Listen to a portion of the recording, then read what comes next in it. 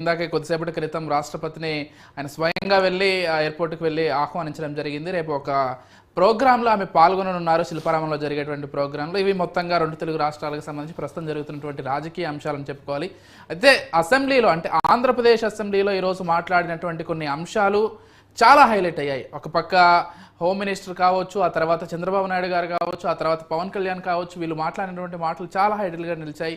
మొత్తం అంశాలకు సంబంధించి మనతో పాటు డిస్కస్ చేయడానికి మా చీఫ్ ఎడిటర్ దేశభోయిన్ శ్రీనివాస్ గారు సిద్ధంగా ఉన్నారు. ముందుగా వారితో మాట్లాడే ముందు అసలు అనిత గారు ఏం మాట్లాడారు అసెంబ్లీలో అనేది ఒక్కసారి ఆ బైట్ ప్లే చేసి చూద్దాం, తర్వాత మాట్లాడే ప్రయత్నం చేద్దాం. మొత్తంగా ఈ బ్లేడ్ బ్యాచ్కి సంబంధించి, గంజాయికి సంబంధించి ఆమె ఈరోజు కొంత సీరియస్ అయ్యారు హోమ్ మినిస్ట్రీగా. ఒక్కసారి ఆ బైట్ ప్లే చేద్దాం. గాంజా బ్యాచ్ల్లోని గాంజాలు సరఫరా చేసేవారు కానీ గాంజా తీసుకునే వాళ్ళకి కూడా అధ్యక్ష ఈ రోజు ఏదో తీసుకొచ్చాము, జైల్లో పెట్టేసాము, వాళ్ళకి రిమాండ్ తీసేసాము, తర్వాత బెయిల్ బయటకు వచ్చి వాళ్ళు అలా చేసే కన్నా వీళ్ళు చేసిన వెంటనే వీళ్ళ మీద పీడియాక్ట్ పెట్టడమే కాదు అధ్యక్ష, వీళ్ళ ఆస్తులు కూడా జప్తు చేయడానికి వీలైతే వాళ్ళకి ఆస్తి ఏమీ లేకపోతే వాళ్ళ దగ్గర ఉన్న ఆధార్ కార్డులు కానీ వాళ్ళ దగ్గర ఉన్న రేషన్ కార్డ్స్ కానీ అలాంటివి కూడా సీజ్ చేసే పరిస్థితి కూడా రప్పించాలి అని గౌరవ ముఖ్యమంత్రి గారు కూడా మాకు ఆదేశాలు ఇవ్వడం జరిగింది అధ్యక్ష. దాని మీద కూడా ముందుకెళ్తున్నాం. ఇంకా మీరు కడపలో ఉన్నట్టు మా దృష్టికి వచ్చింది కాబట్టి ఒకసారి మేము కూడా మాట్లాడతాం అధ్యక్ష. అదేవిధంగా డీడిక్షన్ సెంటర్స్ కూడా మాక్సిమం ఎక్కువ పెడుతున్నాం అధ్యక్ష. ఎక్కువ మంది డాక్టర్స్ ని కూడా ఈవెన్ సెంట్రల్ జైల్లోని కూడా డీఅడిక్షన్ సెంటర్లు పెట్టడానికి ఒక ప్రపోజల్ ఉంది అధ్యక్ష. ఇందాక గౌరవ సభ్యులు అందరూ కూడా చెప్పినట్టుగా ఎక్కడా కూడా గాంజాయికి ఎటువంటి విచ్చలవిడితనం అనేది లేకుండా చాలా సీరియస్ గా తీసుకున్నారు అధ్యక్ష. ఒక్క విషయం చెప్పి నేను ముగిస్తాను అధ్యక్ష. ఎందుకు చెప్తున్నానంటే ఈ రోజు మేము చేయగలము అని, మన గవర్నమెంట్ చేయగలము, గాంజాని అరికట్టగలము అని చెప్పడానికి గల ప్రధానమైన కారణం ఏంటంటే గాంజాకి మేము వచ్చింది ఇమ్మీడియట్ గా దానికి సెపరేట్ వింగ్ ఏర్పాటు చేశాం అధ్యక్ష. దగ్గర 469 మందిని స్టాఫ్ అలోకేట్ చేశాం అధ్యక్ష. అదేవిధంగా సుమారుగా దానికి స్పెషల్ గా ఫోర్స్ ఏర్పాటు చేసుకున్నాం, వాళ్ళకి స్పెషల్ గా బడ్జెట్ ఏర్పాటు చేశాం. ఎక్కడా కూడా మిగతా డిపార్ట్మెంట్ వాళ్ళతో కాకుండా వాళ్ళు సెపరేట్ గా వాళ్ళకు ఒక అధికారాలు ఇచ్చి, సర్వాధికారాలు ఇచ్చి ఈరోజు గాంజాని అరికట్టే పరిస్థితిలో మనం తీసుకొచ్చాం. 5 సంవత్సరాలు ముఖ్యమంత్రిగా ఉన్న వ్యక్తి పులివెందుల ఎమ్మెల్యే ఈ రోజు అప్పటి వరకు ఎక్కడ కూడా ఒక రివ్యూ చేయకపోతే నాకు తెలిసి 5 నెలల కాలంలో దగ్గర 7 సార్లు గంజాయి విషయంలో రివ్యూ చేసిన ఘనత కూడా గౌరవ ముఖ్యమంత్రి గారికి మన దక్కింది అధ్యక్ష. కాబట్టి ఇంత కాన్ఫిడెంట్ గా మనం చెప్పగలుగుతున్నాం అధ్యక్ష. గాంజాని కానీ బ్లేడ్ బ్యాచ్ కానీ, బ్లేడ్ బ్యాచ్ కూడా ఎక్కువగా రాజమండ్రి, విజయవాడలోనే ఎక్కువగా ఉంటుంది అధ్యక్ష. దాన్ని కూడా అరికట్టడానికి ఈ రోజు పోలీస్ డిపార్ట్మెంట్ అంతా సన్నద్ధమైన. ఒకవైపు హోమ్ మినిస్ట్రీ అనిత గారు గాంజాయి బ్యాచ్కి సంబంధించి చాలా స్ట్రిక్ట్ యాక్షన్ ఉండబోతోంది ఇప్పటి నుంచి ఆంధ్రప్రదేశ్లో. గత ప్రభుత్వంలో జరిగినటువంటి తప్పిదాలన్నీ కూడా సరి చేయబోతున్నామని చాలా స్పష్టంగా చెప్తున్నారు. మరొక వైపు ముఖ్యమంత్రి చంద్రబాబు నాయుడు గారు కూడా మాట్లాడుతూ పవన్ కళ్యాణ్కి సంబంధించి మేము ఏదైనా వదిలే పరిస్థితి ఉన్నా కానీ పవన్ కళ్యాణ్ ఏ ఒక్కటి వదిలిపెట్టాడని చాలా క్లియర్ కట్గా అసెంబ్లీలో పేర్కొనడం జరిగింది. దానికి సంబంధించినటువంటి బయట ఒకసారి చూద్దాం. సో ఒక్కసారి బయట ప్లే చేయండి పీసీఆర్.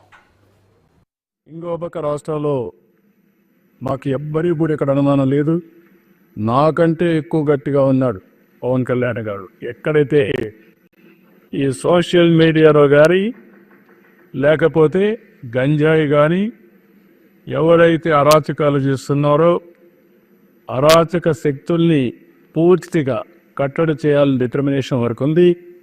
నేను ఒకటే, వారి ద్వారా మేమిద్దరం కూడా హామీ ఇస్తున్న, ప్రజలకు హామీ ఇస్తున్నాం, రాజీ పడం, సంఘ విద్రోహక శక్తుల్ని అరికడతాం. ఎవరైనా సోషల్ మీడియా ద్వారా ఏ ఆడబిడ్డని అవమానం చేసే విధంగా ప్రవర్తిస్తే అదే చివరి రోజు వాళ్ళు గుర్తుపెట్టుకోని మరొక్కసారి హెచ్చరిస్తున్నా. ఈరోజు పవన్ కళ్యాణ్ గారి తాపత్రయం కూడా మీరు చూశారు. వేరే రాష్ట్రాలకు పోతే వాళ్ళ అభివృద్ధి చూసి ఆ అభివృద్ధిని మనం మాట్లాడినప్పుడు మనం చేసుకోలేకపోతున్న బాధ ఉంది. ఈరోజు ఒక హైదరాబాద్ పోయినా, ఒక బెంగళూరు పోయినా, ఒక చెన్నై పోయినా, ఒక ముంబైకి పోయినా వాళ్ళు మనకంటే ముందుకు పోయాడని బాధ ఉంది. అలాంటి బాధ లేకుండా ఇక్కడ ప్రజలకు కూడా న్యాయం చేసే బాధ్యత ఎన్డీఏ కూటమి తీసుకుంటామని మరొక్కసారి హామీ ఇస్తూ, మరొక్కసారి డిప్యూటీ సీఎం గారు పవన్ కళ్యాణ్ గారిని మనస్ఫూర్తిగా అభినందిస్తూ, బీజేపీ నాయకుడు విష్ణు కుమార్ రాజు గారిని వాళ్ళ పార్టీని కూడా మనస్ఫూర్తిగా అభినందిస్తూ, ఈ ఎన్డీఏ కూటమి ఒక డెడ్లీ కాంబినేషన్ కావాలి, ఇండియాలోనే నెంబర్ 1 రాష్ట్రంగా తయారు చేయడానికి మనం ఒక అంకితమైన భావంతో పనిచేసి తెలుగు జాతి యొక్క ప్రతిష్ట కాపాడుతామని చెప్పి తెలియజేసుకుంటూ సో చూసాం కదా, చంద్రబాబు నాయుడు గారు కూడా ఇతర రాష్ట్రాలతో పోటీ పడి వాటికంటే అభివృద్ధి చెందేటువంటి విధంగా రాష్ట్రాన్ని ముందుకు తీసుకెళ్తామని చాలా స్పష్టంగా చెప్తున్నారు. దాని గురించి పవన్ కళ్యాణ్ కూడా ఏ విధంగా తపన పడుతున్నారో చెప్తున్నారు. ఇక పవన్ కళ్యాణ్ కూడా మాట్లాడే రోజు మొత్తంగా డిప్యూటీ సీఎం హోదాలో విశాఖకు సంబంధించి, విశాఖ స్టీల్ ప్లాంట్ ప్రైవేటీకరణకు సంబంధించి ఆయన ఏం మాట్లాడారనేది ఒక్కసారి ఆ బైట్ ప్లే చేసి చూద్దాం. ఒకసారి ఆ బైట్ ప్లే చేయండి పీసీఆర్. విశాఖ స్టీల్ ప్లాంట్ కి సంబంధించి అధ్యక్ష, ఇది ఒక పార్టీకి సంబంధించో లేదంటే కొద్దిమంది ఒక ప్రాంతానికి సంబంధించి మొత్తం రాష్ట్రానికి సంబంధించింది. చాలాసార్లు పదే పదే నేను అనేక సందర్భాల్లో కూడా చెప్పాను అధ్యక్ష, ఇది చాలా భావోద్వేగం, చాలా త్యాగాల మధ్య నడుమున వచ్చిన స్టీల్ ప్లాంట్ అధ్యక్ష. ఇది గతంలో కూడా గత వైసీపీ పాలనలో కూడా అది ప్రైవేటీకరణ జరగబోతోంది. ఆ రోజున మన మంత్రి గారు చెప్తున్నాడు, అచ్చెన్నాయుడు గారు చెప్తున్నాడు, ఎందుకు ఆ రోజు ధర్నా చేశారు, వీళ్ళందరూ ఎందుకు వచ్చారంటే దానికి ఆ సమయంలో జరిగింది ఏంటంటే కొంతమంది కార్మిక సంఘాల నాయకులు కూడా ఎయిర్పోర్ట్కి వెళ్ళి అప్పుడు ముఖ్యమంత్రి గారు చెప్పిన మాటలు ఏంటంటే, మేము దీన్ని కొంత భూమిని అమ్మేస్తాం, మీకు ఇస్తామని చెప్తే అది నిర్వీర్యం చేయడానికి వాళ్ళు ప్రయత్నం చేస్తే మేమందరం అడ్డుకున్నాం అధ్యక్ష, మా అందరితో సహా. ఇది మొన్న కూడా కార్మిక సంఘాల నాయకులతో కూర్చున్నప్పుడు ఇదే అభ్యర్థన ఇచ్చారు, ఇది ప్రైవేటీకరణ చేయకూడదంటే మీరు ఎంత కమిటెడ్గా ఉన్నారో మేము అంతే కమిటెడ్గా ఉన్నాం. 2021 డిసెంబర్లో ఫిబ్రవరిలో మేము అమిత్ షా గారిని కలిసాం అధ్యక్ష, హోంమంత్రి అమిత్ షా గారిని కలిసి వారికి నేను ఇచ్చింది కూడా ఏంటంటే, ఇది మాకు చాలా భావోద్వేగాలతో కూడింది, చాలా త్యాగాలతో కూడింది, దయచేసి దీన్ని ఎట్టి పరిస్థితుల్లో ప్రైవేటీకరణ చేయకుండా అని చెప్పాం అధ్యక్ష. అలాగే మీరు గతంలో కూడా 2019-14 ఆ సమయంలో డ్రెడ్జింగ్ కార్పొరేషన్ ఆఫ్ ఇండియాను కూడా దాన్ని ప్రైవేటీకరణ చేస్తామంటే మేమే ముందుండి దాన్ని ఆప్ చేసాం అధ్యక్ష. ఇది మేమేమనుకున్న పబ్లిక్ సెక్టార్ యూనిట్స్ లాభసాటిగా ఉన్నాయి, లాభాల దిశగా నడుస్తున్నాయి, కొద్దిపాటి నష్టాల దిశగా నడుస్తున్నాయి, వాటిని ముందుకు తీసుకెళ్లాలి, ప్రభుత్వాలు PSUs నడవాలనేది మా ఆకాంక్ష మా అందరినీ. When it comes to Vizag steel plant, we are extremely committed not to privatize. ఇది మా అందరి కమిట్మెంట్ అధ్యక్ష. అలాగే దీనికి ఇందాక మంత్రి గారు చెప్తున్నట్టుగా దీన్ని రన్ చేసే ఇష్యూస్ లో చాలా లోపాలు ఉన్నాయి అధ్యక్ష. దాన్ని స్కిల్ ని ఎన్హాన్స్ చేసుకోవాలి, దాన్ని కొంత పెట్టుబడి కావాలి, దానికి కొంత క్యాప్టివ్ మైండ్స్ కావాలి, లాట్ ఆఫ్ ఛాలెంజెస్ ఉన్నాయి. ప్రతిసారి నేను కార్మిక సంఘాలతో కూడా ప్రత్యేకించి ఈ మధ్యన ఒక 4 రోజుల క్రితం కూడా మాట్లాడడం జరిగింది అధ్యక్ష. వాళ్ళు కూర్చోబెట్టి దానికి సంబంధించి మీరు ఒక సమగ్రమైన ఒక కార్యాచరణ ఇవ్వండి మాకు, మీరు వస్తే నేను కేంద్ర ప్రభుత్వం ప్రత్యేకించి నేను కూడా నాకు సంబంధించి నేను కూడా తీసుకెళ్తాను తెలియజేసిన అధ్యక్ష. So we are extremely committed not to private this. Right, మొత్తంగా చూసాం కదా, హోమ్ మినిస్టర్ కావచ్చు, డిప్యూటీ సీఎం కావచ్చు, సీఎం కావచ్చు, ముగ్గురు కూడా ఈరోజు అసెంబ్లీలో మాట్లాడినటువంటి మాటలు 2 తెలుగు రాష్ట్రాల్లో కూడా హైలైట్ అవుతున్నాయి. ఎందుకంటే అంత నిక్కచ్చిగా ఉంది ప్రభుత్వం, గత ప్రభుత్వం చేసిన తప్పుల పైన కావచ్చు, ఈ ప్రభుత్వం చేసేటువంటి అభివృద్ధి పైన కావచ్చు. అసలు ఏం మాట్లాడారు అసెంబ్లీలో అనే దానికి సంబంధించి మా గుంటూరు ప్రతినిధి శ్రీనివాస్ ఫోన్ ద్వారా సిద్ధంగా ఉన్నాడు. ఒకసారి శ్రీనివాస్తో మాట్లాడిన తర్వాత మన చీఫ్ ఎడిటర్తో కూడా పూర్తిగా విశ్లేషించే ప్రయత్నం చేద్దాం.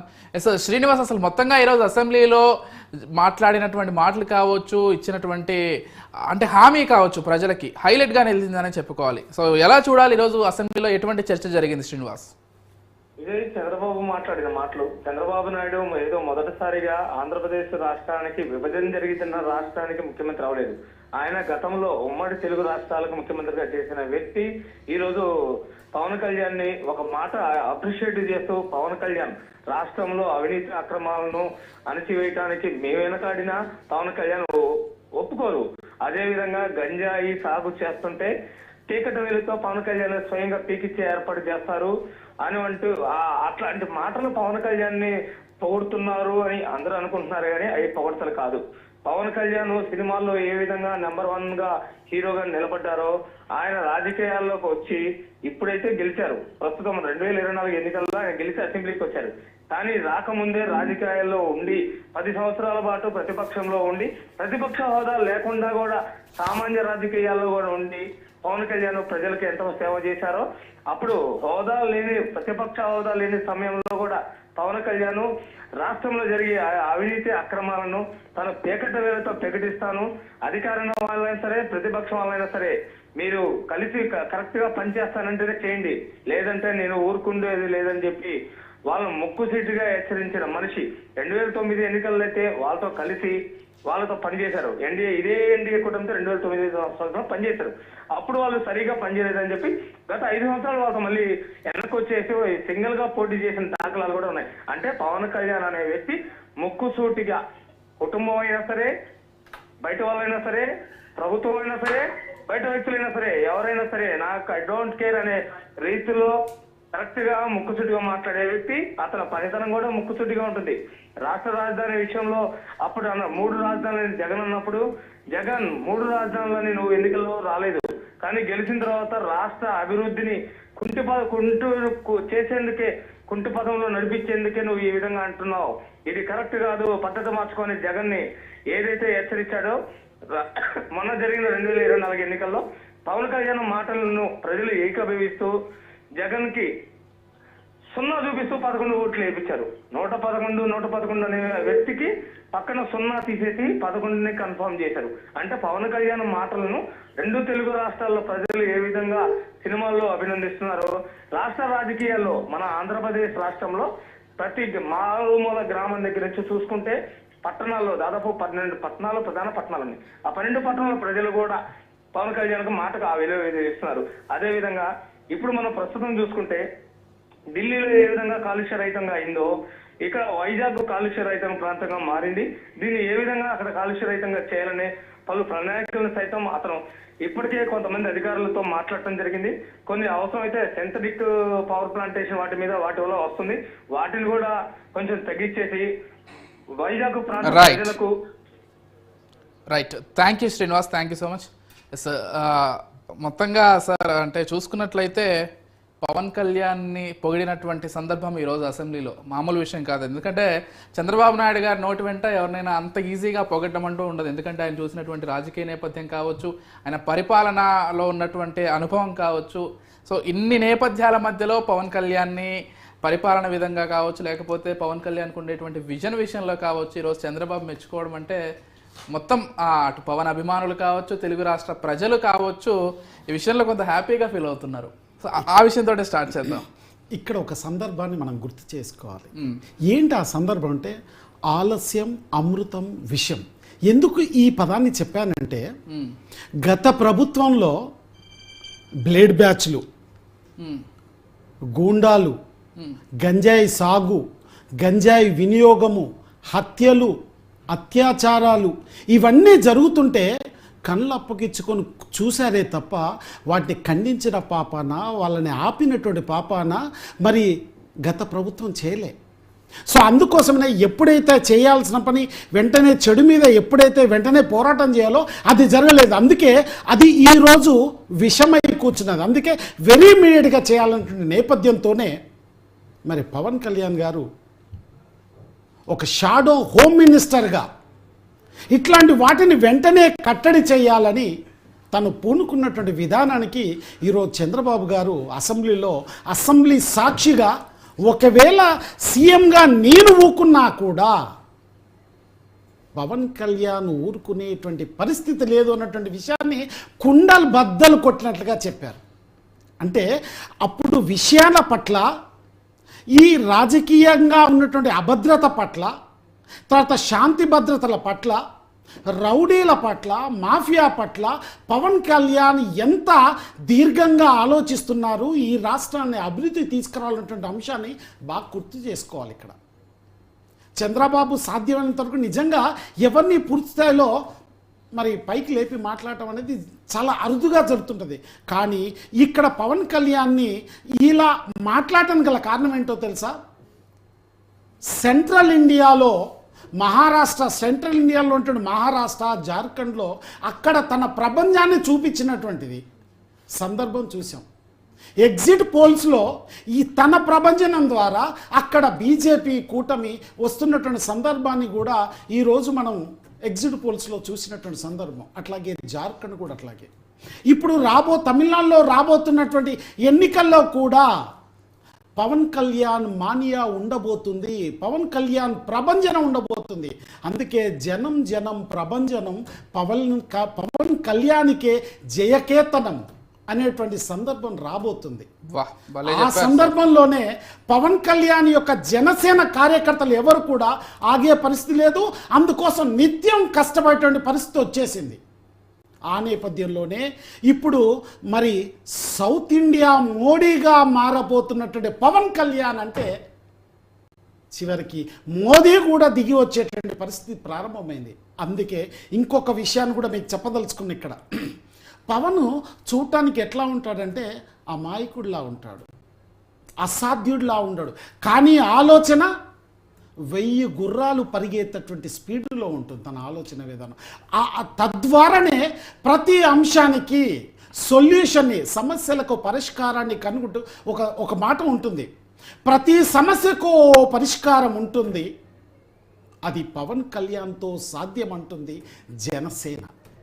ఇక్కడ ప్రతి అంశానికి, ప్రతి సమస్యకు పరిష్కారాన్ని కనుగొనే దిశగానే తను నిత్యం పోరాటం చేస్తుంటాడు, ఆరాటం చేస్తుంటాడు, ఆరాట పడుతుంటాడు. అందుకోసం అధికారులందరితో కూర్చొని ఏవైతే సమస్యలు ఉన్నాయో ఆ సమస్యలన్నింటిపైన కూడా తన పూర్తి అవగాహన తెచ్చుకునగానే ప్రతి అంశాన్ని వెలువరించడం, డెలివరేట్ చేస్తాడు. ఇక్కడ కూడా అదే జరిగింది. కానీ చూడటానికి అమాయకుల్లా ఉన్న అసాధ్యుడైనటువంటి విషయాన్ని చంద్రబాబు తర్వాత నరేంద్ర మోదీ గ్రహించారు కనుకనే తనని పులిలా వదిలారు ఇక్కడ. అందుకే సౌత్ ఇండియా మోడీగా నామకరణం చెందబోతున్నటువంటి పవన్ కళ్యాణ్ పేరు, పవన్ కళ్యాణ్ ప్రపంచం మొత్తం కూడా సౌత్ ఇండియాలో ఇక్కడ రాసుకోబోతున్నటువంటి విషయాన్ని మనం అర్థం చేసుకోవాలి. అట్లాగే ఈరోజు ప్రత్యేకంగా పవన్ కళ్యాణ్ మాట్లాడు ఒక మాట ఉంది. ఇక్కడ ఏముంది అంటే విశాఖ ఉక్కు ఆంధ్రుల హక్కు, దాని మీద నిత్యం పోరాటాలు జరిగాయి. ఆ నినాదంతో ఇక్కడ విశాఖలో ఉక్కు ఫ్యాక్టరీ తెచ్చుకున్నటువంటి సందర్భం. ఆ విశాఖలో ఉన్నటువంటి ఉక్కు ఫ్యాక్టరీని మరి కేంద్ర ప్రభుత్వం దాన్ని ప్రైవేటీకరణ చేయడం కోసం శతవిధాల ప్రయత్నం చేస్తున్నటువంటి విషయాన్ని మనకందరికీ తెలుసు. గత ప్రభుత్వము ఆ ప్రైవేటీకరణను అడ్డుకునేటువంటి ప్రయత్నం చేసిందో చేయలేదో నేను చెప్పడం కంటే ఇక్కడ ఉన్నటువంటి ప్రజలందరికీ తెలుసు. నామకే వాస్తే చేసినటువంటి పనులు అన్నిటి చూసాం. కానీ ఇవాళ ఖచ్చితంగా చెప్తున్నట్టు పవన్ కళ్యాణ్ చెప్పాడంటే అది అక్షరాల అది సాధ్యమైనటువంటి విషయాన్ని మనం అర్థం చేసుకోవాలి. మేమందరం కమిట్మెంట్తో ఉన్నాం. అది సాధించే వరకు ప్రైవేటీకరణకు అవకాశం ఎంత మాత్రం కూడా ఇవ్వమనేటువంటి అవకాశాన్ని ఆ మాటలను తను చెప్పుతున్నటువంటి తీరును చూస్తుంటే ఖచ్చితంగా ఆంధ్రలో ఉన్నటువంటి ఉక్కు ఫ్యాక్టరీ ప్రైవేటీకరణ జరిగేటువంటి అవకాశం లేదు. ఇంకొక మాట కూడా చెప్తాను ఇక్కడ మీకు. ఇప్పుడు నరేంద్ర మోడీ భారతదేశానికి ప్రధానమంత్రి అయితే ఇక్కడ ఉన్నటువంటి పవన్ కళ్యాణ్ సౌత్ ఇండియా మోడీగా రూపాంతరం జరగబోతున్నటువంటి సందర్భంలో ఎట్టి పరిస్థితుల్లో కూడా విశాఖ ఉక్కు ప్రైవేటీకరణ జరగదన్నటువంటి నమ్మకాన్ని మాత్రం ఈరోజు తన మాటల ద్వారా మరి రాష్ట్ర ప్రజలందరికీ వెల్లడైందన్నటువంటి విషయాన్ని మాత్రం మనం అర్థం చేసుకోక తప్పదు. Yes sir. సార్, అంటే మీరు అంటున్నట్లుగా కేవలం జనసేన కార్యకర్తలు మాత్రమే కాదు, ఈరోజు బీజేపీ, టీడీపీ కార్యకర్తలు కూడా జనసేన కార్యకర్తలు ఏ విధంగా పవన్ కళ్యాణ్ని అభిమానిస్తున్నారో అదే స్థాయిలో వీళ్ళు కూడా పవన్ కళ్యాణ్ని అభిమానిస్తున్నారు. ఇంకో విషయం, కేవలం సౌత్ ఇండియాకి పరిమితం కాదేమో అనిపిస్తుంది. ఎందుకంటే మహారాష్ట్ర దగ్గరగా అందరూ నార్త్ ఇండియా అనుకుంటారు. మన మహారాష్ట్రలో ఆయన వెళ్ళినప్పుడు అక్కడ ప్రపంచం చూస్తే అసలు సెంట్రల్ ఇండియా నమ్మలేనటువంటి పరిస్థితి. కాబట్టి ఇండియా వ్యాప్తంగా కూడా పవన్ మీడియా మరికొద్ది రోజుల్లో లేకపోతే మరికొద్ది నెలల్లో నడవబోతుంది అనేది మీ మాటల ద్వారా స్పష్టంగా అర్థమవుతోంది. అండ్ రియాలిటీ కూడా అలాగే ఉంది డెఫినెట్గా. సార్, అంటే ఒక బ్రేకింగ్ న్యూస్ వచ్చిందంటే అది మేము ఒక్కసారి మీతో ఆ అంశాన్ని మాట్లాడదాం. ఏదైతే ఢిల్లీకి సంబంధించినటువంటి ఆమ్ ఆద్మీ పార్టీ రోజు 11 మంది సభ్యులను ప్రకటించిందంట, ఎమ్మెల్యే సభ్యుల్ని. త్వరలో ఎన్నికలు రాబోతున్నాయి కాబట్టి దానికి సంబంధించి ఎలా చూస్తారు సార్? అంటే ముందస్తుగా వాళ్ళు కొంత ప్రిపేర్ అయి ఉన్నారని భావించాలా? ఇక్కడ రాజకీయం చాలా రంజుగా రసవత్తరంగా జరుగుతుంది. ప్రజల్లోకి ముందే క్యాండిడేట్స్ని కనుక వదిలినట్లయితే వీళ్ళు ప్రచారం చేసుకోవడానికి కావచ్చు, లేకపోతే మరొకటి చేసేటువంటి అవకాశాల కోసం కావచ్చు, ముందుగా క్యాండిడేట్స్ను ఒకప్పుడు గతంలో అయితే ఎప్పుడు కూడా ఇంకా ఎన్నికలు ఒక 10 రోజులు 15 రోజులున్నప్పుడు మాత్రమే క్యాండిడేట్స్ను తెలియపరిచేటువంటి విధానం ఉండేది. కానీ ఇప్పుడు అది లేదు. నెల ముందు, 2 నెలల ముందు, 3 నెలల ముందు. గతంలో మనకి మన టీఆర్ఎస్ ప్రభుత్వంలో 4 నెలల ముందు క్యాండిడేట్స్ని అనౌన్స్ చేసినటువంటి సందర్భం చూసాం. అదే తరహాలో ఇక్కడ ఉన్నటువంటి ఆమ్ ఆద్మీ పార్టీ కూడా ముందుగా క్యాండిడేట్స్ని అనౌన్స్ చేసినట్లయితే మరి ఇక్కడ కొన్ని విషయాలు మనం అర్థం చేసుకోవాలి. కులాల పరంగా, మతాల పరంగా ప్రజల్ని విడదీసినటువంటి ఈ రాజకీయం ఇక్కడ ముందు ఈ పార్టీలన్నీ రాజకీయం అనేటువంటి పదాన్ని పూర్తి స్థాయిలో ఉపయోగించుకోవడం కోసం మాత్రమే క్యాండిడేట్స్ను ముందుగా అనౌన్స్ చేస్తున్నటువంటి సందర్భాన్ని మనం చూసాం. ఆ నేపథ్యంలోనే ఆమ్ ఆద్మీ పార్టీ ముందుగా క్యాండిడేట్స్ ఎంపిక చేసి అనౌన్స్ చేసిందన్న విషయాన్ని మనం అర్థం చేసుకోవాలి. ఇక్కడ చాలా చక్కగా వివరించారు ఈ అంశాన్ని. ఇకపోతే తెలుగు రాష్ట్రాల్లో రాజకీయం అత్యంత రంజుగా సాగుతోంది. 2 రాష్ట్రాల్లో కూడా అంటే మొన్నే ప్రభుత్వాలు ఏర్పడ్డాయి, మళ్ళీ ఎన్నికల వరకు ఇంత హీటెడ్ పాలిటిక్స్ ఉంటాయో లేదో అని అందరూ కూడా ఎన్నికల ముందు భావించారు. కాకపోతే ఎన్నికలు జరిగి పూర్తిగా 1 సంవత్సరం కూడా 2 రాష్ట్రాల్లో అవ్వకపోయినప్పటికీ ఇప్పటి నుంచే ప్రతిపక్ష అధికార పక్షం మధ్య రాజకీయాలు పూర్తి స్థాయిలో దుమారం రేగుతున్నాయని చెప్పుకోవాలి. ఒకసారి మన ఇన్పుట్ ఎడిటర్ రాజమౌళి కూడా దీనికి సంబంధించి సిద్ధంగా ఉన్నారు. ఎస్, రాజమౌళితో మాట్లాడే ముందు ఒకసారి అంశానికి సంబంధించి మీరు ఎలా చూస్తారు, అసలు ఈ పర్టికులర్ అంశాన్ని, రాజకీయాలు తెలుగు రాష్ట్రాల్లో ఎలా జరుగుతున్నాయి? ఇక్కడ ఒక చిన్న సందర్భాన్ని గుర్తు చేసుకొని ఆ అంశం యొక్క ఎట్లా ఉంటుంది అనేటువంటి ఒకసారి మనం విపులీకరణ చేసేటువంటి ప్రయత్నం. తప్పకుండా. అక్క మనదైతే బావ మనవాడా, చూడండి ఎంత చక్కగా ఉంటుందో. కుటుంబంలో అక్క, అన్నదమ్ములు, చెల్లె, తమ్ముడు వీళ్ళందరూ ఉంటారు. కానీ అక్క మనదే, కానీ బావ మనవాడు కాదన్నటువంటి సందర్భాన్ని మనం అనేక సార్లు గ్రహించాం, చూసాం కూడా. ఇక్కడ కూడా మన నియోజకవర్గానికి సంబంధించిన ఎల్లే మనవాడే అయినప్పటికీ డబ్బులకు దాసోహం అంటూ ద్వితీయ శ్రేణి నాయకత్వాన్ని, తృతీయ శ్రేణి నాయకత్వాన్ని ఎదగనీయకుండా చూసినటువంటి సందర్భాలు అనేకం చూసాం. తనకు పని కావాలని నియోజకవర్గంలో తన ఎన్నిక కోసం శత విధాలా కష్టపడి తన ఆస్తిని సైతం అమ్ముకొని పోయినటువంటి రైట్ సార్ మనతో పాటు రాజమౌళి కూడా యాడ్ అయ్యారు. ఒకసారి రాజమౌళితో మాట్లాడి ఆ తర్వాత పూర్తిగా మనం డిస్కస్ చేద్దాం. ఎస్, రాజమౌళి, మొత్తంగా ఇటు తెలుగు రాష్ట్రాల్లో కావచ్చు, పూర్తిగా ఇటు తెలుగు రాష్ట్రాల్లో, ఆంధ్రప్రదేశ్లో కావచ్చు, లేకపోతే తెలంగాణలో కావచ్చు, 2 రాష్ట్రాల్లో కూడా రాజకీయాలు రంజుగా సాగుతున్నాయి. ముందుగా ఆంధ్రప్రదేశ్తో మాట్లాడడం, ఈరోజు పవన్ కళ్యాణ్ అంశం కూడా అక్కడ హైలైట్ అయింది కాబట్టి మొదటి నుంచి మీరు దాన్ని గమనిస్తున్నారు, ఈరోజు నేను చూస్తూ ఉన్నా. సో దాంతో ప్రారంభిద్దాం. ఎలా చూడాలి తెలుగు రాష్ట్ర రాజకీయాలని? ఇక్కడ చెప్పుకునే పేరు పవన్ కళ్యాణ్ గ్రేట్ లీడర్. ఇప్పుడు ఎందుకంటే యాక్టర్ అనకుండా గ్రేట్ లీడర్. ఎందుకంటే గతంలో ఆయన చిన్ననాటి నుంచి వెళ్ళి తన అన్న భుజస్కంధాలపైన పెరిగి తాను తానింతైనట్టుగా మొత్తం మీద ప్రజారాజ్యం పార్టీ పెట్టినటువంటి చిరంజీవికి తనకు అండగా నిలిచి తెలంగాణ లోపల తాను తిరిగిన తిరుగుడుకు, తాను ప్రచారం లోపల ఇక్కడ అంతకు ముందుకే వెళ్ళిందని చెప్పొచ్చు. ఆ గ్రేట్నెస్సే చిరంజీవికి మొత్తం మీద కేంద్ర మంత్రి పదవి కూడా దక్కింది. ఈ నేపథ్యంలోనే చిరంజీవి ఇక తాను రాజకీయాల నుంచి వైదొలుగుతున్నానని తెలుసుకున్న తరుణంలోనే నేనెందుకు పార్టీ పెట్టకూడదు, నేనెందుకు ఎదగకూడదు, అంటే ఇటు తెలుగు రాష్ట్రాల లోపల అప్పటికి ఉమ్మడి రాష్ట్రాంగాల ఉన్నటువంటి నేపథ్యంలోనే తెలంగాణ లోపల 10 జిల్లాలు, ఆంధ్రప్రదేశ్ లోపల 13 జిల్లాలు, ఈ మొత్తం మీద ఈ జిల్లాలన్నింటినీ కూడా కలితిరిగిన అనంతరం తాను ఒక్క ఆలోచనకు వచ్చాడు. నేను పార్టీ పెట్టాలి, పేద ప్రజలకు మొత్తం మీద సహాయం చేయాలి. ఈ ప్రజల లోపల ఎంతైనా సినిమా ఫీల్డ్లో యాక్టర్గా ఎదిగాను, కానీ యాక్టర్ కాదు, నేను చేయాల్సింది ప్రజలకు అంటూ తాను అంటే తన కుటుంబ సభ్యుల్లో తల్లి చెప్పేది, తన తండ్రి లాంటి ఎవరైతే చిరంజీవి గారు చెప్పారో తనను అమ్మలా చూసుకున్నటువంటి వదినకు కూడా చెప్పడం జరిగింది. ఎందుకంటే పవన్ కళ్యాణ్ అనే వ్యక్తి ఇప్పటి వరకు నేను ఎవరు చూడలేదు, తాను స్వచ్ఛందంగా తాను ముందుకు వెళ్ళడంలో ఎవరిని కూడా లెక్క చేయడు, అలాంటి స్వభావం గల వ్యక్తి మా పవన్ కళ్యాణ్ అంటూ కూడా చెప్పడం జరిగింది. తండ్రి లాంటి అన్నయ్య, తల్లి లాంటి వదిన, ఈ ముగ్గురు కూడా కలిసి చెప్పడం జరిగింది. దానికి నిదర్శనమే ఈరోజు ఆంధ్రప్రదేశ్ రియల్ హీరో పవన్ కళ్యాణ్. ఎందుకంటే పవన్ కళ్యాణ్ గత 10 సంవత్సరాలుగా ఓట్ బ్యాంక్ లేకున్నా, ప్రతిపక్షం లేకున్నా, ప్రతిపక్ష హోదా లోపల తన జన సైనికులతోటి రోడ్లు బాగు చేశాడు, ప్రతి వ్యక్తిని ఆదుకున్నాడు. తన సినిమాలు తీస్తూనే సినిమాల్లో వచ్చిన డబ్బులను సైతం రైతులకు పంచాడు. ఈ విధంగా ఉన్న గత ప్రభుత్వం చూస్తే రైతుల నెత్తిన పెద్ద టోపీ పెట్టింది.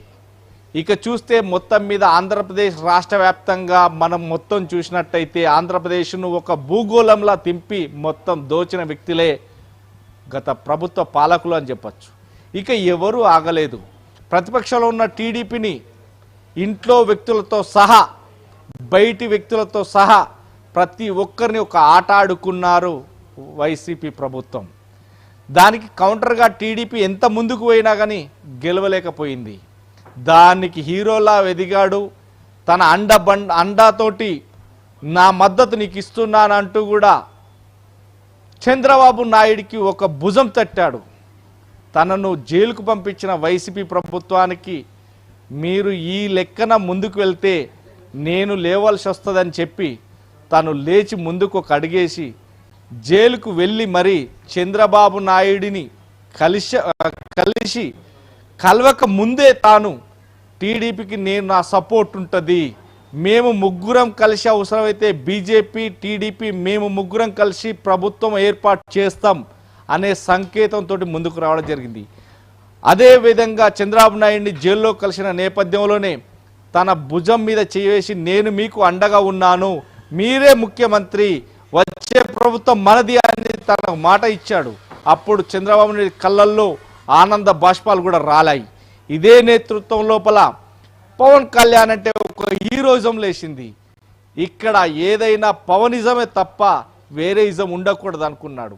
దానికి తోడుగానే ఉమ్మడి కుటుంబంలాగా 3 పార్టీలను ఒక తాటిపైకి తీసుకురావడం జరిగింది. ఎక్కడ చూసినా TDP, BJP is the Pawanism, Janasena. ఈ 3 పార్టీలకు అక్కడి రైతాంగం కావచ్చు, నిరుద్యోగులు కావచ్చు, ఉద్యోగులు కావచ్చు, సఖండ వర్ణాల ప్రజలు మొత్తం పెద్ద ఎత్తున తాను ఎత్తుకోవడం జరిగింది. ఏదైతే జగన్ ఎప్పుడైతే మిడిమిడి గుడుకులతోటి ఉరుకులు పరుగులు చేశాడో 110, 111, 120, 130 లేక 170 సీట్లు మాయాని విర్రవీగిన వ్యక్తులకు ఒక్కసారిగా తోక కట్ చేయడం జరిగింది. జన సైనికులు ఒక్కసారి తిరగబడ్డారు. టీడీపీతో పొట్టు పెట్టుకున్న పవన్ కళ్యాణ్కు ఎన్ని సీట్లు ఇచ్చినా పర్లేదనుకున్నాడు, కానీ 22కు 22 కొట్టాడు. ఈ నేపథ్యంలోనే మొత్తం మీద అక్కడ ఉన్నటువంటి ప్రజలందరూ కూడా ఆనందంతో లేచారు. ఇక పవన్ కళ్యాణ్ గవర్నమెంట్తో నేను పొత్తు పెట్టుకున్నాను కదా, నేను కూడా ఇస్ ద గవర్నమెంటే కదా, ఇలా పడితే అలా పోకూడదు అంటూ కూడా గవర్నమెంట్ అయినా పర్లేదు, ప్రతిపక్షమైనా పర్లేదు, ఎదురు తిరగడంలో ఎదిరించడంలో నా వంతు నేను సహకారం చేస్తాను అనే నేతృత్వంలో అతను పోవడం జరిగింది. మనం చూసాం గత కొన్ని రోజుల కిందట పవన్ కళ్యాణ్ ప్రతిపక్ష హోదాలో ఉండి కూడా మొత్తం మీద నేను నడిపిస్తాను అని చెప్పేసి ఒక హోమ్ మినిస్టర్నే వ్యతిరేకంగా మాట్లాడిన మాటలు మనం చూసాం. కానీ అక్కడ హోమ్ మినిస్టర్ కాదు, పోలీసుల పైన మాట్లాడాడు. ఎందుకంటే గత ప్రభుత్వం తొత్తులుగానే ఇప్పుడు వ్యవహరిస్తున్నారు, నేనే హోమ్ మినిస్టర్ తీసుకుంటే ఎలా ఉంటుందో తెలుసా అని కూడా తను బెదిరించడం జరిగింది. కానీ స్వాభిమానంతోటి ఆ నాయకులతో అందరితో ఉండడం జరిగింది. ఇక్కడ పోలీస్ అధికారులను కూడా మభ్యపెట్టి మంచిగా చేసుకోవడం జరిగింది. కానీ ఇదే నేతృత్వంలోన అతన్ని ఈ రోజు కూడా చూసాం, నిన్న కూడా చూసాం, ఈ 3 రోజుల నుండి కూడా చూస్తున్నాం. ఏదైతే పవన్ కళ్యాణ్ పొగడలు కావచ్చు, చంద్రబాబు నాయుడు, హోమ్ మినిస్టర్ అనితతో పాటు లోకేష్, ఈ ముగ్గురు కూడా పొగడం జరిగింది. మమ్మల్ని ఎంత బాధ పెట్టారో చూసాం, మా ఇంట్లో వాళ్ళని తిట్టారు, మమ్మల్ని తిట్టారు, మమ్మల్ని ఎంత తిట్టినా కానీ ఓర్చుకున్నాం. కానీ ఇక ఓర్చుకునే ఓపిక అతనికి లేదు. అతనే పవన్ కళ్యాణ్. మేమేమి తప్పులు చేస్తామనుకున్నారు, కానీ మమ్మల్ని తప్పులు చేయనీయకుండా కూడా ఆపుతాడు, ఆ సరైన బాటలు నడిపిస్తాడు అంటూ కూడా తను ఒక సీఎం హోదాలో పోవడం జరిగింది. యావత్ తెలంగాణ రాష్ట్రమే కాదు, ఆంధ్రప్రదేశ్ రాష్ట్రమే కాదు, కర్ణాటక, కేరళ, తమిళనాడు, పశ్చిమ బెంగాల్ ఎన్ని రాష్ట్రాలే పర్లేదు, కానీ ఒక డిప్యూటీ సీఎంకి ఇంత హోదా కల్పించి ఇంత పొగడం అనేది ఒక మినిస్టర్లో ఇప్పటి వరకు నేను చూడలేదు అనేది మాత్రం చెప్పొచ్చు. పవన్ కళ్యాణ్ హీరో అనేది మాత్రం అక్కడ ఆంధ్రప్రదేశ్ ప్రజలు ఇప్పటికీ కొనియాడుతున్నట్టుగా మనకు తెలుస్తుంది. Vijay, okay, thank you Rajamouli, thank you so much. Srinivas గారు, నాకు రాజమౌళి చెప్పేది వింటుంటే అంటే పవన్ కళ్యాణ్ హవా ఏ విధంగా ఉందో మరికొంత స్పష్టమవుతుంది. ఎందుకంటే ఎక్కువగా రాజమౌళి తెలంగాణ రాజకీయాలకు సంబంధించి మాత్రమే అవగాహనతోటి ఉండడం, లేకపోతే వాటిని ఎక్కువ పట్టించుకుంటారు. అలాంటిది పవన్ కళ్యాణ్ గురించి ఇంతలా చెప్తున్నారంటే డెఫినెట్గా పవన్ కళ్యాణ్ ప్రభావం తెలంగాణలో ఎలా ఉందో కూడా అర్థమవుతోంది. చాలా ఒక మెస్మరిజం ఉంది. అందుకే రాజకీయాల్లో నూతన ఒరవడిని సృష్టించేటువంటి మెస్మరిజం పవన్ కళ్యాణ్ లో ఉంది. రైట్. ఇప్పటికీ మనం సినీ యాక్టర్స్ చాలా మందిని చూసాం. తమిళనాడులో నుంచి ఎన్టీఆర్, తమిళనాడు నుంచి ఆంధ్రప్రదేశ్, వీళ్ళందరికీ వ్యతిరేకమైనటువంటి స్తబ్దతగా ఉండేటువంటి అతి చాకచక్యంగా దూసుకెళ్ళేటువంటి తత్వము, చాప కింద నీరులా అనే యొక్క ఆలోచన ప్రజల్లోకి తీసుకెళ్లే తత్వము ఇది నూతన వరడిని సృష్టించింది. ఇప్పుడు దేశంలో ఉన్నటువంటి నాయకులందరూ చూడండి, ఈ వేవ్ స్టైల్ ఉండదు అసలే. అవును, సందర్భాన్ని బట్టి. అంటే మీకు ఒక చిన్న ఎగ్జాంపుల్ చెప్తాను. రాజకీయం అనేది ఊసర వెళ్ళిలా తన రంగులను మార్చుకుంటుంది. కానీ ఇక్కడ ఈ నాయకుడు ప్రజల కోసం ఎటువంటి త్యాగానికైనా సిద్ధహస్తుడు. ఏ ఆర్థికంగా కావచ్చు, సామాజికంగా కావచ్చు, శారీరకంగా కావచ్చు, ఎటువంటిది దాన్ని కూడా కేర్ చేయకుండా మొన్న ఎన్నికలప్పుడు జ్వరం విపరీతంగా ఉన్నప్పుడు కూడా ఆ జ్వరాన్ని సైతం కూడా పక్కకు వదిలి ఎన్నికల్లో కూటమి విజయం కోసం పాటుపడ్డటువంటి విషయాన్ని గమనించాం. అట్లాగే ఇక్కడ తనకేం అవసరం లేదు, మహారాష్ట్రలో పోయి చేయాల్సినటువంటి అవసరం ఎంత మాత్రం కూడా లేదు. కానీ మహారాష్ట్ర ఎన్నికలు తను ఒక ఛాలెంజ్ గా తీసుకున్నటువంటి అంశాన్ని గమనించాలి. ఒక ఆంధ్రప్రదేశ్లో కూటమి గెలవడం కాదు, సెంట్రల్ ఇండియాలో కూడా కూటమి ప్రభుత్వం ఎందుకు రాకూడదు అన్నటువంటి ఒక చిన్న ఆలోచనతో ప్రారంభమయ్యి తను అక్కడి దాకా వెళ్ళి ప్రజలతో మమేకమై ప్రజలకు అనేక విషయాలను తెలచెప్పి అక్కడ విజయ బావుటను ఎగురవేసినటువంటి వ్యక్తే పవన్ కళ్యాణ్. అందుకే పవన్ కళ్యాణ్ ఏమంటారంటే జనం జనం ప్రభంజనం, ప్రభంజనం కలిస్తేనే పవన్ కళ్యాణ్ అనేటువంటి నానుడు ఇప్పుడు జనసేన కార్యకర్తలనే కాదు, సామాన్య మానవుల్లో ప్రజలందరిలో కూడా నాటకం. ముఖ్యంగా సౌత్ ఇండియాలో ఇప్పుడు పవన్ కళ్యాణ్ వచ్చాడంటే మనకు కుదిరిందిరా బాబు అనేటువంటి పరిస్థితి తమిళనాడులో ఆరంభమైందన్నటువంటి విషయాన్ని మనం న్యూస్ చూస్తుంటేనే మనకు అర్థమవుతుంది.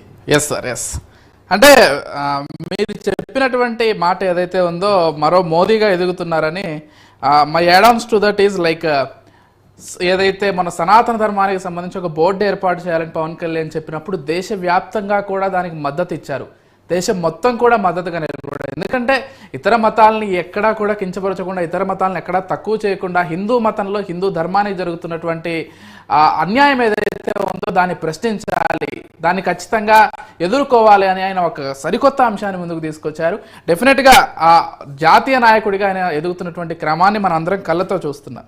సార్, ఈ విషయాన్ని పక్కన పెడితే మీడియాకి సంబంధించి ఈరోజు సమాజంలో కావచ్చు, లేకపోతే ప్రజల్లో కావచ్చు, అసలు ఎటువంటి చర్చ జరుగుతుంది సార్? ఎందుకంటే ఈ అంశాన్ని ఖచ్చితంగా తీసుకోవాల్సినటువంటి అంశం.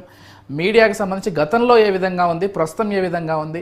మీరు అనేక సంవత్సరాలుగా మీడియా రంగంలో పనిచేస్తున్నారు, ఎంతో సీనియర్గా ఉన్నారు కాబట్టి మీరు ఖచ్చితంగా ఈ అంశాన్ని మీ కళ్ళతోటే చూస్తుంటారు జరిగేటువంటి మార్పును. అంటే నేను వచ్చిన తర్వాత మీడియాలో పెద్దగా మార్పులు జరగలేదు, నాకు ఉండేటువంటి 6-7 సంవత్సరాల అనుభవంలో నేను తక్కువగా చూశాను. కాకపోతే మీకున్నటువంటి అపారమైనటువంటి అనుభవంలో మీరు ఎలాంటి మార్పులను చూశారు?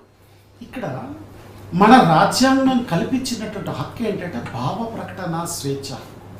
ఇది రాజ్యాంగంలో 19(1)A దీని గురించి పూర్తిగా డీటెయిల్డ్గా ఉంటుంది.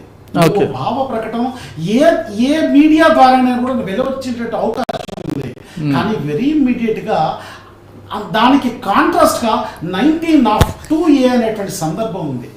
ఈ 19(2)A అని చెప్తుంది. అక్కడ భావ ప్రకటన స్వేచ్ఛ మీకు ఇచ్చామని చెబుతున్నప్పటికీ అనేక దారుణాలు జరుగుతున్నటువంటి సంఘటనలు మన భారతదేశంలో ఉన్నాయి. అట్లాగే మన కాన్స్టిట్యూషన్ మీకు భావ ప్రకటన స్వేచ్ఛ ఉన్నదన్నప్పటికీ కూడా కొన్ని ప్రభుత్వాల వాళ్ళ మీద అరాచకమైనటువంటి కేసులు పెట్టి లోపలికి పంపించినటువంటి సందర్భాలు కూడా అనేకం ఉన్నాయి. అయితే సుప్రీంకోర్టు ఏం చెప్తుందంటే భావ ప్రకటన స్వేచ్ఛలో ఉన్నటువంటి మీడియా ఈ 4th ఎస్టేట్ను కాపాడేటువంటి బాధ్యతని సుప్రీంకోర్టు చెప్తున్నప్పటికీ కానీ కాన్స్టిట్యూషన్లో ఎక్కడ కూడా ఈ పదానికి విలువలేదు, ఎక్కడ కూడా రాసి పెట్టలేదు. కానీ 19(2)A ఏం చెప్తుందంటే కంప్లీట్గా మీకు ఇచ్చినటువంటి హక్కును సద్వినియోగం చేసుకోవాలి తప్పి దుర్వినియోగం చేయకూడదు. తర్వాత ప్రభుత్వం పరిపాలన సాగిస్తున్నటువంటి ఏ పార్టీలపై కానీ ప్రభుత్వంపై కానీ ఎట్టి పరిస్థితుల్లో కూడా న్యూస్ను వేయకూడదు. కేవలం మీరు ప్రజలకు ప్రభుత్వానికి వారధిగా మాత్రమే ఉండాలనే విషయాన్ని తెలియజెప్తుంది. కానీ సలహాలు సూచనలు ఇవ్వండి అని చెప్తుంది. సలహాలు సూచనలు ఇచ్చినప్పుడు తీసుకెళ్లి కేసులు పెట్టి లోపలేస్తున్నట్టు సంఘటనలు అనేకం చూశాం మనం. సో ఆ నేపథ్యంలోనే మన ఆంధ్రప్రదేశ్లో కావచ్చు, లేదా తెలంగాణలో కావచ్చు, సౌత్ ఇండియాలో కావచ్చు, భారతదేశంలో కావచ్చు అనేక సంఘటనలు చూసాం. కర్ణాటకలో చూడండి, ఒక జర్నలిస్ట్ని తీసుకుని లోపల పెట్టారు. ఇట్లాంటి సంఘటనలు భారతదేశంలో అనేక నిత్యం జరుగుతూనే ఉన్నాయి. ఎప్పుడైతే మన కాన్స్టిట్యూషన్లో అమెండ్మెంట్స్ వస్తాయో, మన చట్టాల్లో ఎప్పుడైతే మార్పు వస్తుందో అప్పుడు మాత్రమే ఇది సాధ్యమవుతుంది. జర్నలిస్టులను కాపాడుకునేటువంటి బాధ్యత ప్రభుత్వాలది కావాలి. అందుకోసమే పార్లమెంట్ అంతా ఒక్క గొంతై జర్నలిస్టుల అభివృద్ధి కోసం పాటుపడాలే తప్ప ఏదో వీళ్ళకి అక్రెడిషన్ కార్డులు ఇచ్చామా అనేటువంటి ఆలోచన కాదు ఇక్కడ చేయాల్సింది. సో ఈ రకంగా ప్రభుత్వాలు ఆలోచించినప్పుడే ఈ మీడియా యొక్క విలువ పెరుగుతుంది. మీడియా యొక్క విలువ ఎప్పుడైతే పెరుగుతుందో నిజంగా ప్రజలకు ప్రభుత్వానికి మధ్య వారధిలా పనిచేస్తూ అప్పుడు నిజమైన జర్నలిస్టులు ఉంటారు. కానీ ఇంకొక విషయాన్ని మనం ఇక్కడ చెప్పుకోవాలి. జర్నలిస్టుల బతుకులు ఎట్లాంటి అంటే మెతుకులు కూడా దొరకవు. కానీ పైకి డాంబనంగా గుమ్మనంగా పైకి మాత్రం షర్ట్ వేసుకొని ఉంటాడు. లోపల బనియన్ చూస్తే మొత్తం వట్టి ఆ బనిడికి మొత్తం ఉంటాయి. ఇది ఎంత బాధాకరం అంటే ఇంకొక విషయం, అందరూ అనుకుంటారు జర్నలిస్టులు వాళ్ళకేంది బాగా తింటారు అనుకుంటారు. కానీ వాస్తవంగా ఒక్క పూట 2 పూటల కంటే తిండి తినలేనటువంటి పరిస్థితి. మీరు సాధ్యమంత జర్నలిస్టుల పిల్లలు చూడండి, వీళ్ళంతా ప్రభుత్వ పాఠశాలలో చదువుతున్నారు. ప్రైవేటు పాఠశాలలో చదివేటువంటి పిల్లలు 90% ఉండరు, కేవలం ప్రభుత్వ పాఠశాల. కారణం మీకు అందరికి తెలిసిందే, నేను చెప్పాల్సిన అవసరం లేదు. ప్రభుత్వాలు చక్కగా చూసినట్లయితే జర్నలిస్టుల యొక్క బ్రతుకులు ఈ రకంగా ఎందుకు తయారవుతాయి? కానీ జర్నలిస్టులు ఏం చేస్తారు తెలుసా? ఈ రాజకీయ నాయకుల ఎదుగుదల కోసం, వారి యొక్క ఔన్నత్యాన్ని కాపాడటం కోసం, ప్రభుత్వాల యొక్క ఔన్నత్యాన్ని అభివృద్ధి చేయడం కోసం, ప్రజలకు ఉన్నతమైన మార్గదర్శకాలను అందించడం కోసం జర్నలిస్టులు నిత్యకృతం అంటే 24 hours పనిచేస్తుంటాడు. వాడికి మాత్రం ముక్తి వాడికి కావాల్సినంత దొరకదు అన్నటువంటి విషయాన్ని ప్రభుత్వాలు అర్థం చేసుకోవాలి. మనందరం ప్రజలు కూడా అర్థం చేసుకోవాల్సినటువంటి ఆవశ్యకత మాత్రం ఇక్కడ ఉన్నటువంటి చెప్పక తప్పదు. Yes sir. అంటే కాయిన్కి ఒక సైడ్ ఏ విధంగా ఉంటే కాయిన్కి మరో సైడ్ సోషల్ మీడియా పేరుతోటి మీరు ఇంతక వాక్ స్వాతంత్రం అని చెప్పారు.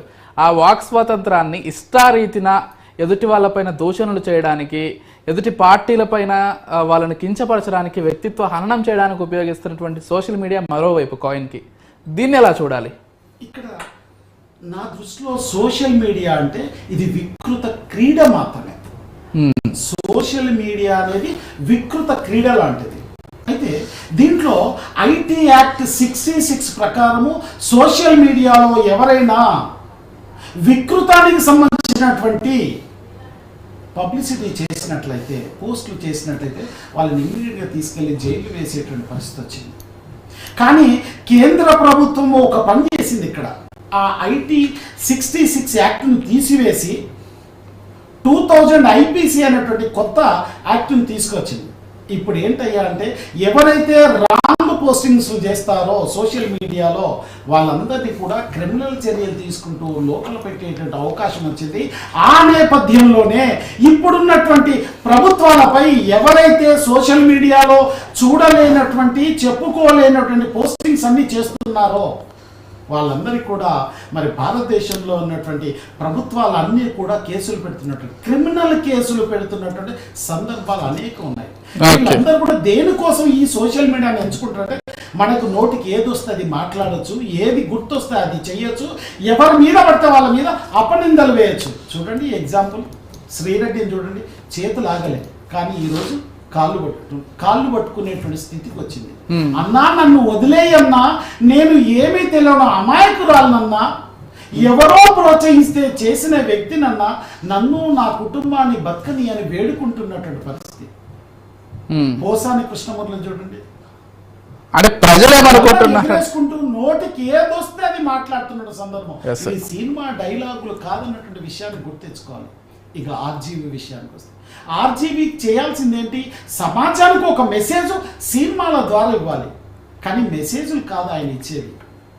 సోషల్ మీడియాలో అడ్డదిడ్డమైనటువంటి పోస్టింగ్లు, తర్వాత రాజకీయ నాయకుల మీద కామెంట్స్, ప్రభుత్వాల మీద ఈ ప్రభుత్వము ఆ ప్రభుత్వం లేదు, ఏ ప్రభుత్వం దొరికితే అది రాత్రి పెగ్గేసాడా తెల్లారి ఇమ్మీడియట్గా పోస్టింగ్ ఒకటి అదృశ్యమవుతుంది. ఈ వింత పరిస్థితి ఏంటి?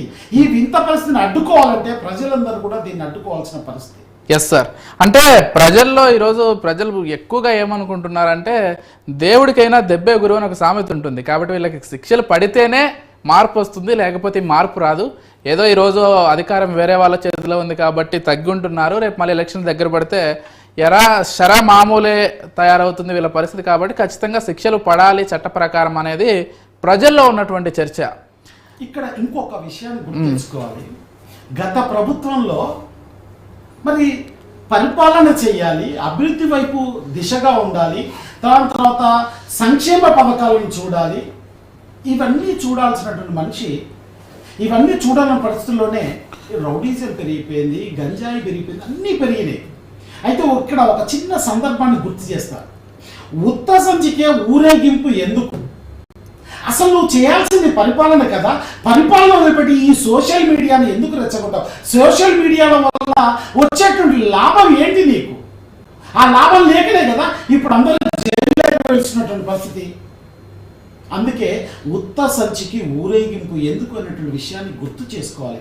ఏ రాజకీయ నాయకుడైనా ఒక పని చేసేటప్పుడు దీనివల్ల ఉపయోగం ఉందా లేదా, దానికంటే నువ్వు ఫోర్త్ ఎస్టేట్ నమ్ముకుంటే నీకు మంచి జరుగుతుంది. కానీ సోషల్ మీడియాలో వచ్చేటువంటిదన్నీ కూడా మీరు చూస్తున్నటువంటి నేను దాని మీద చెప్పేటువంటి పదాలు మీకు అంత మంచి కాకపోవచ్చు, కానీ మీరు మీడియా నమ్ముకుంటే మాత్రం వస్తున్నటువంటి. అయితే ఇక్కడ ఇంకొక విషయాన్ని అర్థం చేసుకోవాలి. ఇక్కడ ఇందులో కూడా క్లాసికల్ మీడియా, దాని తర్వాత మోడర్న్ మీడియా అనేటువంటిది ఉంది. Modern journalism. క్లాసికల్ మీడియా అంటే ఏంటి, మోడర్న్ మీడియా? ఒకప్పుడు జర్నలిజం అనేటువంటి చాలా ప్యూరిటీగా ఉండేది. అక్కడ జరిగినటువంటి విషయాన్ని జరిగినట్లుగా క్షుణ్ణంగా ప్రజలకు వివరించేటువంటి క్లాసికల్ జర్నలిజం అంటే చాలా ప్యూర్గా ఉండేది, ఉన్నట్లుగా చెప్పడం. అంత ప్యూర్గా ఉన్నటువంటి జర్నలిజం మోడర్న్ జర్నలిజంలో ఎత్తుకు పై ఎత్తులు వేయాలి కాదనేటువంటి అంశం కాదు, ఇంకా మునుముందుకు సాగాలి కాదనేటువంటి అంశం కాదు. ఈ మోడర్న్ జర్నలిజంలోనే పుట్టుకొచ్చిందే సోషల్ మీడియా. సోషల్ మీడియా వల్ల ఎన్ని అనర్థాలు జరుగుతున్నాయి. సో ఈ మోడర్న్ జర్నలిజం వల్లే ప్రతి పార్టీ ఒక మీడియాను పెట్టుకుంటుంది. ఇంకా ఎక్కడ ప్రజలకు నిజమైనటువంటి న్యూస్ అందేది ఎక్కడ? అసలు ఆ ప్యూర్గా ఉన్నటువంటి న్యూస్ అందేది ఎక్కడ? మీరు గమనించండి, ప్రతి పార్టీకి ఒక ఎలక్ట్రానిక్ మీడియా సంస్థ 1-2 ఉంటాయి, దాని తర్వాత ప్రింట్ మీడియా సంస్థలు ఉంటాయి, సోషల్ మీడియా సంస్థలు ఉంటాయి, వెబ్సైట్స్ ఉంటాయి, ఇట్లా ఇన్స్టాగ్రామ్లో, ఫేస్బుక్లో ప్రతిదీ పెట్టుకున్నారు. చివరికి ఫోర్త్ ఎస్టేట్ వెనకబడిపోతున్నటువంటి సందర్భాలను చూసాం. ఇప్పుడు చూడండి ప్రింట్ మీడియా పరిస్థితి ఎట్లాంటి దారుణమైనటువంటి స్థితిలో ఉందో. ప్రింట్ కూడా వేయలేని పరిస్థితి. ఇక ఉన్నటువంటి విషయాల్లో అడ్వర్టైజ్మెంట్స్ ఇప్పుడు ఎవరికి ఇస్తున్నారంటే అసలు మీడియా ఫోర్త్ ఎస్టేట్ను వదిలిపెట్టి సోషల్ మీడియా వెంబడి పడుతున్నటువంటి పరిస్థితిని మనం గమనిస్తున్నాం. ఇదంతా సోషల్ మీడియా ఎక్కడికి పోతుంది, అసలు ఏం చేస్తున్నటువంటి ప్రశ్న ఇది అందరికి కూడా ప్రశ్నగానే మారిపోయింది. దీనివల్ల మార్పు వస్తుందా? మార్పు రాదు. అపనిందలు వేస్తున్నటువంటిదే సోషల్ మీడియా. ఇట్లాంటి సందర్భాలన్నిటి కూడా మనం గమనించుకోవాలి. క్లాసికల్ జర్నలిజంకి మోడర్న్ జర్నలిజంకి ఉన్న డిఫరెన్స్ అది. కానీ మోడర్న్ జర్నలిజం రావాలి, కానీ దాని హద్దుల్లో మాత్రమే ఉన్నటువంటి మోడర్న్ జర్నలిజం మాత్రం జర్నలిస్టులు అందరూ స్వీకరించాలి. అయితే ఎవరికి వారే యమునా తీరి అన్నటువంటి విషయాన్ని మనం అర్థం చేసుకోవాల్సినటువంటి పరిస్థితులు మాత్రం ఉంటాయి. అవును, మీరు అన్నట్లుగా అతి మరణం అంటారు పెద్దవాళ్ళు. ఎంతవరకు ఉండాలో అంతవరకు ఉండాలి. అది దాటి ప్రవర్తిస్తే మాత్రం ఖచ్చితంగా అనర్థమే జరుగుతుంది.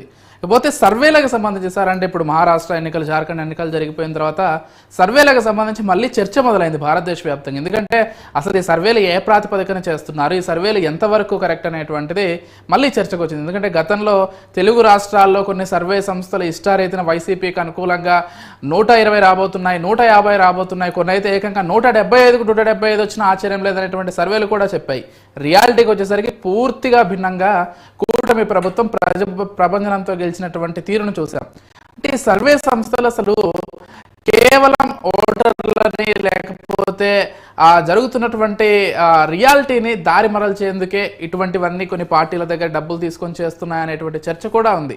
అసలు ఏం చెప్తారు ఈ సర్వే సంస్థలకు సంబంధించి, ఈ సర్వేలకు సంబంధించి? అసలు సర్వే అనగానే సాంకేతికంగా చేయాల్సినటువంటి సర్వే, కానీ ఈ సర్వే సంస్థలన్నీ ఏం చేస్తాయో తెలుసా? మీకు అందరూ తెలవని జిమ్మిక్కి ఏంటంటే చెప్పడానికి సాంకేతిక పరమైనటువంటి సర్వేలు నిర్వహిస్తారు, కానీ వీళ్ళందరూ నమ్ముకొని బ్రతికేది, నమ్ముకొని అందరు రాజకీయ నాయకులను మోసం చేసేది, ఆ తర్వాత పార్టీలను మోసం చేసేట అంశం ఏంటి తెలుసా? సోషల్ మీడియాను పెట్టుకుని సోషల్ మీడియా ద్వారా సేకరించినటువంటి సమాచారాన్ని మేము సర్వే చేసామని చూపించుకుంటున్నటువంటి సంగతి. ఇక్కడ సాంకేతికంగా ఒపీనియన్ పోల్స్ అనేటువంటి జరుగుతాయి. వాస్తవం ఒక నియోజకవర్గంలో 2 లక్షల మంది ఉన్నట్లయితే 2 లక్షల మందిలో కేవలం 5,000 శాంపిల్స్ తీసుకొని వీళ్ళు ఒపీనియన్ తీసుకుంటారు. ఇందులో కూడా ఏం చేస్తారంటే కులాల పరంగా మతాల పరంగా ప్రజలను విభజిస్తారు. విభజించి ఇక్కడ ఉన్నటువంటి ఒపీనియన్ పోల్స్, మీరు సర్వే అనగానే వేరే ఏది అనుకోవద్దు, ఒపీనియన్ పోల్. ఎప్పుడైనా సైంటిఫిక్ సర్వేలలో నెంబర్ అథెంటికేషన్ ఉంటేనే అది పర్ఫెక్ట్. అయితే ఇక్కడ వీటిని కూడా ఎంత చాకచక్యంగా మేనేజ్ చేస్తారంటే సర్వేలో అంశాన్ని కూడా వీళ్ళు సోషల్ మీడియాలో వచ్చినటువంటి అంశాలు అక్కడ వ్యూస్ వస్తాయి కదా, ఆ వ్యూస్ని తీసుకొని నిజంగా ఈ పార్టీ నిలబెడుతున్నటువంటి ఈ క్యాండిడేట్కి ఇగో ఇంత ఉంది అనేటువంటి విషయాన్ని ఈ వ్యూస్ తీసుకొచ్చి ఇగో ఈయనకు 50%, ఈయనకి 60% ఉంది కనుక ఈయన గెలవడానికి అవకాశం ఎక్కువ ఉంది కనుక పార్టీ మీరు ఈయన టికెట్ ఇవ్వండి. అంటే ఇక్కడ జరుగుతున్నది ఏంటంటే లాలూచి, ఎవరైతే ఈ సర్వేల పేరు చెప్పుకొని చేస్తున్నటువంటి వ్యక్తులు ఉన్నారో ఈ నిలబడుతున్నటువంటి క్యాండిడేట్స్ తోటి పార్టీలతో లాలూచి పడతారన్నటువంటి విషయాన్ని గమనించాలి. గమనించి ఇక్కడ వీళ్ళు ఏం చేస్తారంటే ఈ పార్టీలతో ఈ క్యాండిడేట్స్తో కోట్ల రూపాయల వ్యాపారం చేస్తారు. పోనీ నిజంగా ఈ తీసుకున్నటువంటి కోట్ల రూపాయలు మరి నిజంగా ఇన్కమ్ ట్యాక్స్ కట్టి మరి దేశానికి ప్రభుత్వాలకు ఉపయోగపడేది అంటే వీళ్ళు ఎవ్వరు కూడా ఎట్టి పరిస్థితిలో ఇన్కమ్ ట్యాక్స్ అనేది కట్టరు. వీళ్ళు చేసేదే మోసము. ఊసర వెళ్ళేలాగా రంగులు మారుస్తుంటారు, ఎక్కడ వెళ్ళినా ఊసరలాగా రంగులు మార్చుతుంటారు. నోటికొచ్చిన మాట పూటకో వేషం వేస్తున్నటువంటి వీళ్ళు మారు వేషగాళ్ళు అని చెప్పుకునేటువంటి పరిస్థితులు మనం ప్రజలు అందరూ మాట్లాడుకుంటున్న సందర్భాలను చూస్తున్నాం. చివరికి ఇదే ప్రజలే కాదు, ఎవరైతే వారి చేతిలో మోసపోతున్నారో వాళ్ళందరూ కూడా ఎన్నికలు అయిపోయిన తర్వాత వాళ్ళు మాట్లాడుతున్న అంశం తెలుసా? వీడు నా దగ్గరకు వచ్చాడు, నన్ను మోసం చేశాడు, నా దగ్గర డబ్బులన్నీ తీసుకున్నాడు. ఇంకొక విషయం ఇక్కడ మీకు క్లియర్గా చెప్పాల్సింది, ప్రజలందరూ తెలుసుకోవాలి. ఈ సర్వేకి వచ్చినటువంటి ఈ నాయకులందరూ ఈ వ్యక్తులందరూ ఏం చేస్తారో తెలుసా? ఎన్నికల కంటే ముందే 2 దఫాలుగానో 3 దఫాలుగానో ఆ తీసుకునేటువంటి డబ్బులన్నీ తీసుకుంటారు. సో ముందే ఎన్నికల కంటే ముందే. కానీ వీళ్ళు చెప్తున్నటువంటి అంశం ఏంది? ఎన్నికల్లో మేము ఇచ్చినట్టుగా పర్ఫెక్ట్గా వస్తుంది, ఎగ్జిట్ పోల్స్ లో కూడా చూసుకోండి మీకు వస్తుంది. కానీ ఎగ్జిట్ పోల్స్ కూడా వాస్తవంగా బ్యాన్ చేయాల్సినటువంటి. అది కాదు సార్, నాకుండే పెద్ద డౌట్ ఏంటంటే అసలు ఈ సర్వే సంస్థలు ఎప్పుడు మన దగ్గరికి వచ్చేది అడగలేదే. ప్రజలు కూడా అదే అనుకుంటున్నారు, అరే మన దగ్గరికే రాలేదు, అసలు వీళ్ళు ఎలా ఇస్తున్నారు ఈ సర్వే సంస్థలు ఈ సర్వేనని. సర్వే చేయకుండా ఎలా? అందుకే చెప్తున్నా, వీళ్ళు సర్వేల కంటే వీళ్ళు చేస్తున్నది, వీళ్ళు డిపెండ్ అవుతున్న సోషల్ మీడియా. సోషల్ మీడియా అంటేనే వక్ర మార్గంలో వెళ్తున్నటువంటి వ్యక్తులు తనకి ఏది వస్తే నోటికి ఏది వస్తే అది మాట్లాడటం, ఏది చెయ్యికి రాయాలనిపిస్తే ఒక సామెత ఉంది, పుర్రకో బుద్ధి జీవోకో బుద్ధి అని. ఇక్కడ ఏది చేయాలనిపిస్తే అది చేసేస్తారు సోషల్ మీడియాలో. అది తీసుకెళ్లి సర్వేల ద్వారా మేము చేసాం చూడండి అని చూపిస్తారు. అందుకే సైంటిఫిక్ సర్వేలలో ఏది అథెంటికేషన్, న్యూమరికల్ అథెంటికేషన్ ఉంటుంది. కానీ ఎప్పుడు కూడా సోషల్ సర్వేలో న్యూమరికల్ అథెంటికేషన్ తక్కువగా ఉంటుంది. కానీ అక్కడ వేస్తున్నటువంటి ఏవైతే డెఫినేషన్స్ ఉంటాయో ఆ డెఫినేషన్స్ కు కట్టుబడి సోషల్ సర్వేలు జరుగుతుంటాయి. కానీ ఇది సోషల్ సర్వే కాదు, సైంటిఫిక్ సర్వే కాదు, వీటన్నిటిని బ్రోకర్ సర్వేలు అన్నటువంటి పరిస్థితి ఇప్పుడు మనీ సర్వేస్ లో ఇంకా మనీ సర్వేస్ అని కూడా చెప్పుకోవచ్చు. మోసం చేస్తున్నటువంటి సందర్భాలు ఇవన్నీ కూడా. రైట్, థ్యాంక్ యూ శ్రీనివాస్ గారు, థ్యాంక్ యూ సో మచ్ అండి. అన్ని అంశాలకు సంబంధించి చక్కటి విశ్లేషణ కార్యక్రమాన్ని అందించారు. Thank you so much. మొత్తంగా 2 తెలుగు రాష్ట్రాల్లో ఇటు ఆంధ్రప్రదేశ్లో అయితే ఈరోజు హోమ్ మినిస్టర్ అనిత కావచ్చు, చంద్రబాబు నాయుడు గారు